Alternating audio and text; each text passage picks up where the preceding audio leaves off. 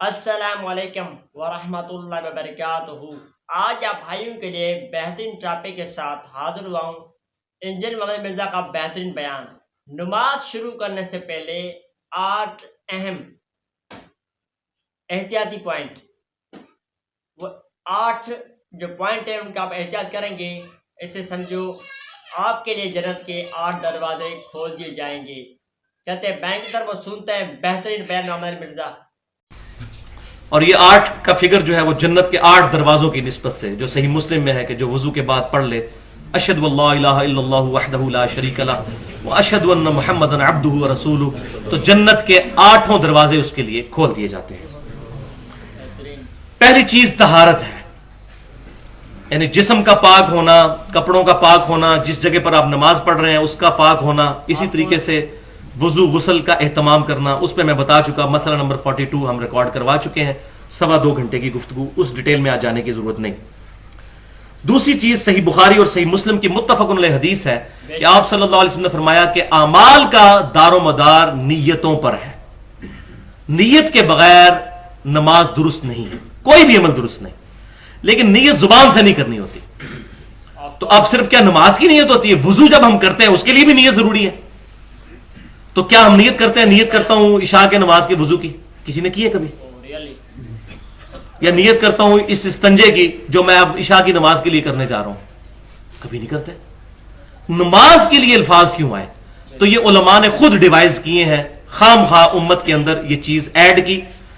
نیت دل کے ارادے کا نام ہے، آپ جب گھر سے چل پڑے آپ کی نیت ہوگی، زبان سے اس کو دہرانا نبی صلی اللہ علیہ وسلم سے، نہ صحابی سے، نہ کسی تابعی سے ثابت ہے۔ لہٰذا اس کو یہ بات کہنے میں آر نہیں، اور اس کو برا نہ مانیے گا۔ خود صوفیاء کے ہاں جو بہت بڑے امام مانے جاتے ہیں، مجدد الفسانی جن کو وہ کہتے ہیں، شیخ احمد سندی صاحب، انہوں نے اپنے مکتوبات میں لکھا ہے کہ زبان کے ساتھ نماز کی نیت کرنا بدعت ہے، یہ انہوں نے لکھا ہے۔ تو یہ بات میں ان کی، اگرچہ مجھے ان سے کئی معاملات میں بہت اختلاف ہے، لیکن ان کی اس بات کی میں تائید کرتا ہوں کہ واقعی ہی یہ بدعت ہے، ثابت ہی نہیں ہے۔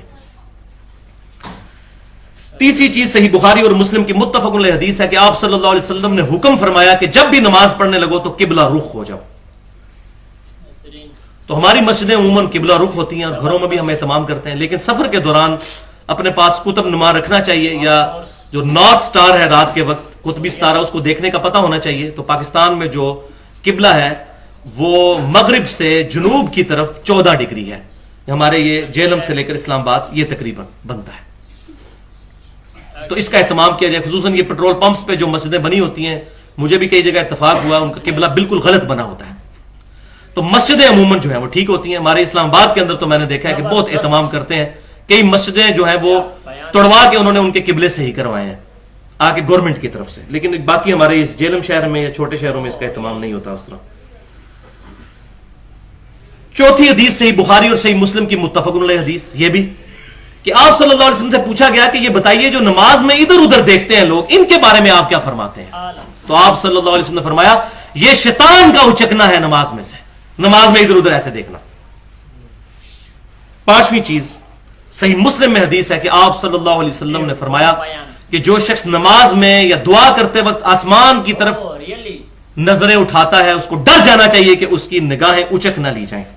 تو دعا میں بھی نظر جھکی ہونی چاہیے۔ ہاں، دعا کا قبلہ آسمان ہے، ہتھیلیاں جو ہیں وہ آسمان کی طرف ہونی چاہیے، اور یہ بھی صحیح سند سے ثابت ہے۔ الادب المفرد میں امام بخاری لے کر آئے ہیں کہ 2 صحابہ عبداللہ بن زبیر اور عبداللہ بن عمر رضی اللہ تعالی عنہما، یہ جو ہے وہ دعا کے بعد اپنے ہاتھوں کو چہروں پر بھی پھیرا کرتے تھے، لہٰذا یہ سنت ہے۔ اور اس کو شیخ البانی کا اس کو بدعت کہنا ان کی سخت اجتہادی غلطی ہے، اللہ ان کو معاف کرے۔ چھٹی چیز سنن ابی داؤد اور مسند امام احمد میں ہے کہ آپ صلی اللہ علیہ وسلم نے فرمایا کہ جس کا کپڑا ٹخنوں سے نیچے لٹک رہا ہو اللہ تعالیٰ اس کی نماز قبول نہیں کرتا۔ تو نماز کے پروٹوکول میں تو لازمی ٹخنے ننگے کرنے چاہیے، لٹک نہ رہا ہو۔ جرابیں بھی ٹخنوں کو کور کرتی ہیں، لیکن اس میں لٹکنے کے الفاظ ہیں، یعنی تہمد یا شلوار، یہ لٹک جو اوپر سے نیچے لٹک رہی ہوتی ہے، تو یہ ٹخنے ننگے ہونے چاہیے نماز میں۔ نماز کے علاوہ بھی سنت ہے، لیکن نماز میں تو پرٹیکولر کریں۔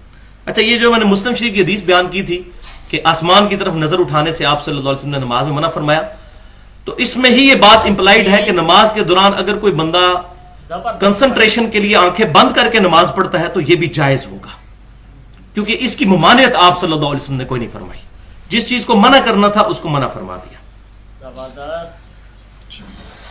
اور ساتھ ہی ساتھ اس بات کا بھی خیال رکھیں کہ نماز کے اندر ایک چیز جو ہے وہ پرٹیکولر ملتی ہے جس پہ پوری امت کا اجماع ہے، اور امام بہیقی کی جو الخلافیات کتاب ہے اس میں بھی صحیح سند کے ساتھ سیدنا عمر سے ہے کہ نمازی جو ہے وہ قیام کی حالت میں اپنی آنکھیں جو ہے وہ سجدے والی جگہ پر مرکوز کرے گا. تو یہ حدیث نہ بھی ہو تب بھی امت کا عملی تواتر اور اجماع بہت بڑی دلیل ہے. خبر واحد سے بڑی دلیل امام شافعی نے فرمایا کہ اگر ایک حدیث ایک سند سے آ رہی ہو اس سے بڑی جو مضبوط چیز ہے وہ امت کا اجماع ہے، اجماع کو لیا جائے گا. تو یہ امت پوری کا اجماع ہے کہ نماز میں سجدے والی جگہ پر جو ہے وہ نظر رکھنی چاہیے. اہل سنت اہل تشیع دونوں کا اس پر اتفاق ہے. ونڈرفل بیان. ساتویں چیز اس بات پر بھی اجماع ہے کہ عورتیں جو ہیں نماز کے دوران اگر کہیں علیحدہ نماز پڑھ رہی ہیں تو اپنا چہرہ اور اپنے دونوں ہاتھ کلائی تک اور اپنے پاؤں جو ہے وہ ننگے رکھ سکتی ہیں. عورتوں کے لیے یہ نہیں ہے کہ ٹخنے ننگے کریں، یہ مردوں کے لیے خاص حکم ہے. اور مردوں کو ایک اور چیز کا بھی اہتمام کرنا چاہیے کہ سر ڈھانپ کر نماز پڑھیں. آپ صلی اللہ علیہ وسلم سے ننگے سر ایک رکعت پڑھنا بھی ثابت نہیں ہے سوائے کسی مجبوری کے یا احرام کی حالت میں. یہ بات الگ ہے کہ سر ڈھانپنا نماز کا حصہ نہیں ہے، لیکن ہمیں نماز میں جیسے کہ سورۃ الاعراف میں آتا ہے کہ اللہ کی مسجدوں میں زینت کے ساتھ آؤ، تو نبی صلی اللہ علیہ وسلم کی شکل مبارک کی نقل اتارنا یہ سب سے بڑی زینت ہے. تو آپ صلی اللہ علیہ وسلم نماز میں بھی اور نماز کے علاوہ بھی سر ڈھانپ کر رکھتے تھے. تو اگر کوئی بندہ نماز میں یہ تمام کرتا ہے اس کو اپریشیٹ کرنا چاہیے. جیسا کوئی بندہ اگر صرف عصر یا مغرب کی نماز پڑھتا اور باقی تین نہیں پڑھتا، اس کو یہ نہیں کہنا چاہیے کہ یہ بھی نہ تم پڑھو. تو یہ کہنا کہ جی نماز میں ڈھانپ لینا اور عام حالت میں نہ ڈھانپنا، ویسے ہی نہ ڈھانپو، یہ بات نہیں. نماز میں سر ڈھانپنے کا اہتمام کرنا چاہیے. آٹھویں اور آخری چیز اس کانٹیکسٹ میں یہ ہے کہ آج کے دور کا بہت بڑا مسئلہ ہے یہ موبائل فون. اور میں یہ سمجھتا ہوں یہ موبائل فون نے تو نمازوں کا سکون برباد کر دیا. اور نمازوں میں تو پھر بھی چلیں مسجد چھوٹی ہوتی ہے، لوگ ایک دوسرے کو گھور لیتے ہیں. آپ کو اگر حرمین شریف وین میں حاضری کا موقع ملے تو وہاں بڑی کوفت ہوتی ہے کہ طواف کعبہ کے دوران اتنے فون بجتے ہیں کہ ان کو آپ روکنا ہی ناممکن ہے. طواف کا مزہ خراب کر دیا. اور لوگ فون سن بھی رہے ہوتے ہیں، خالی جو ہے وہ بیل نہیں چل رہی ہوتی، سن بھی رہے ہوتے ہیں. تو اتنی بڑی نحوست پڑ چکی ہے کہ ہم لوگ کنسنٹریشن کے ساتھ نماز میں بھی موبائل کو سائلنٹ پہ لگانے کے لیے تیار نہیں. ہم نے کیا کمٹمنٹ اپنے رب کے لیے شو کرنی ہے؟ اور نماز کا لطف ہی اس وقت ہے کہ جب آپ نماز اس نیت سے شروع کریں کہ یہ اپنی نیچرل پیس پہ جب ختم ہو تو ہو، ختم کرنے کی نیت سے شروع نہ کریں، ورنہ پوری نماز میں آپ کی دوڑ لگی رہے گی. بس نیچرل پیس میں آہستہ آہستہ پڑھتے چلے جائیں. جب بھی ختم ہو ایک دفعہ سٹاپ واچ لگا کے، میں نے تو ٹیکنیکلی اس کو ہینڈل کیا ہوا ہے کہ بالکل سکون سے نماز پڑھی، سٹاپ واچ لگا کے 6 منٹ میں 2 رکعتیں پڑھی جاتی ہیں. تو اپنا نماز کا ٹائم کیلکولیٹ کر لیں کہ اتنی رکعتیں میں نے پڑھنی ہے تو اتنے ٹائم میں گھر سے لے کر آیا ہوں. افراتفری کرنے کی ضرورت نہیں، ایک بار کیلکولیٹ کر لیں. تو یہ نماز کے سکون کے لیے بنیادی چیز یہ ہے کہ آپ کو نماز شروع کرتے وقت اس کو ختم کرنے کا خیال نہ ہے، بلکہ اس کو نیچرل پیس میں ختم کرنے کی کوشش کریں. اور آپ صلی اللہ علیہ وسلم کی حدیث بھی مسند امام احمد کی یاد رکھیے کہ آپ صلی اللہ علیہ وسلم نے فرمایا، اور یہ امام حاکم نے بھی نقل کی ہے، کہ سب سے برا چور وہ ہے جو نماز کا چور ہے. پوچھا کہ یا رسول اللہ صلی اللہ علیہ وسلم یہ نماز کا چور کون ہے؟ فرمایا جو اپنے رکوع اور سجدے صحیح طریقے سے ادا نہیں کرتا، نماز میں چوری کرتا ہے وہ. تو آپ دیکھ لیں، رکوع بھی مختصر اور اس کے بعد قوما بھی مختصر اور سجدے بھی فوراً اور جلسے میں بھی نہیں بیٹھنا اور فوراً دوسرے سجدے میں جانا، یہ عموماً نماز. اور بخاری اور مسلم کی متفق علیہ حدیث ہے، ایک صحابی بڑی تیزی سے نماز پڑھی، آپ صلی اللہ علیہ وسلم کے پاس آئے، آپ صلی اللہ علیہ وآلہ وسلم نے کو آ کر سلام کیا، آپ صلی اللہ علیہ وسلم نے وعلیکم السلام کہا اور کہا کہ دوبارہ نماز پڑھو. تم نے نماز نہیں پڑھی، نماز نہیں پڑھی. حالانکہ نماز پڑھ کے آیا تھا. اس نے دوبارہ پڑھی، پھر سلام کیا، آپ نے جواب دیا، فرمایا پھر جا کے نماز پڑھو، تم نے نماز نہیں پڑھی.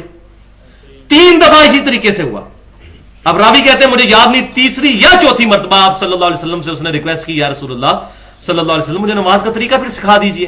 تو آپ صلی اللہ علیہ وسلم نے فرمایا کہ دیکھو جب تم نماز کا ارادہ کرو تو خوب اچھے طریقے سے طہارت حاصل کرو، اس کے بعد سکون کے ساتھ جو ہے وہ قبلہ رخ ہو کر کھڑے ہو جاؤ، پھر تکبیر کہو، اس کے بعد قرآن پاک میں سے پڑھو، پھر سکون کے ساتھ رکوع کرو، پھر سکون کے ساتھ جو ہے وہ رکوع سے سر اٹھا کر کھڑے ہو جاؤ حتیٰ کہ ہر ہڈی اپنی جگہ پر آ جائے، پھر سکون سے سجدہ کرو، پھر سکون سے سجدے کے ساتھ سر اٹھاؤ اور سکون سے بیٹھ جاؤ، ہر ہڈی اپنی جگہ پر آ جائے، پھر دوسرا سجدہ کرو، پھر دوسرے سجدے کے بعد بیٹھ جاؤ۔